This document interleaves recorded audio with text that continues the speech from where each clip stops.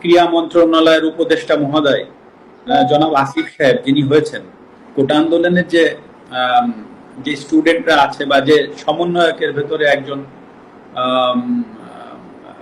ক্রীড়া মন্ত্রণালয়ের উপদেষ্টা মহোদয় জনাব আসিফ সাহেব যিনি হয়েছেন, আপনি দেখবেন উনি কিন্তু খেলাধুলা নিয়ে এখন থেকে উনি কাজ করবেন, বাংলাদেশের সার্বিক খেলাধুলার বিষয়গুলো নিয়ে কাজ করবেন।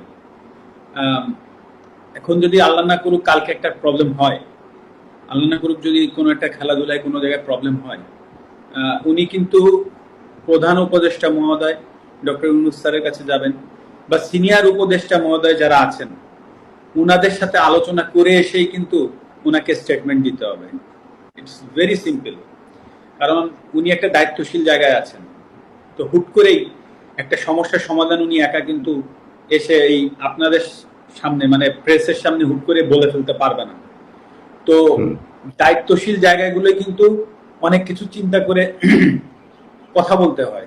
তো সেই জায়গা থেকে সেই জায়গাটায় কিন্তু আমি ছিলাম। হ্যাঁ, আপনি আমাকে খেলোয়াড় মাশরাফি বলছেন, আমি সেভাবে উত্তর দিচ্ছি, কিন্তু এট দ্য সেম টাইমে কিন্তু আমি একটা দায়িত্বশীল চেয়ারে বসেছিলাম।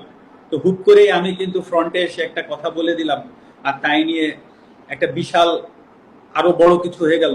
সেটার ট্যাকেল দেওয়ার ক্ষমতা আদৌ আমার আছে কিনা, বা বর্তমানে যারা কাজ করবেন তাদেরও কিন্তু এই জিনিসগুলো ভেবেচিন্তে কাজ করতে হবে। তো এটা কিন্তু ভেরি সিম্পল ব্যাপার। তো আমি যেটা বলতে চাচ্ছি যে হ্যাঁ, আমি ব্যর্থ হয়েছি, কিন্তু আসলে আমারও তো সীমাবদ্ধতা আছে বা ছিল, এটাও কিন্তু সত্য কথা। কিন্তু সেটাকে যে আমি এক্সকিউজ হিসেবে দাঁড় করাচ্ছি সেটা না, কারণ মানুষের দাবি ছিল, প্রথমত আমি একজন খেলোয়াড়, তারপরে আমি সংসদ সদস্য।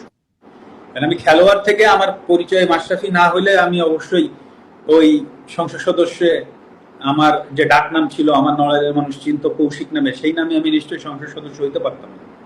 তো খেলোয়াড় মাশরাফির জায়গায় যে আমি ব্যর্থ হয়েছি সেটা কিন্তু আমি একবারও বলছি না। বাট আপনি এট দ্য সেম টাইমে ভাবেন যে আমি একটা সংসদ সদস্য ছিলাম একজন, সেই পজিশন থেকে হুট করে আমি একটা মন্তব্য করার থেকে বরঞ্চ আমি ওইখানে যে সমাধানের চেষ্টা করাটা আমার জন্য আরো ইজি হইতো, বা আমি সেটাই চেষ্টা করেছি, সেটা হয়তো আমি পারিনি।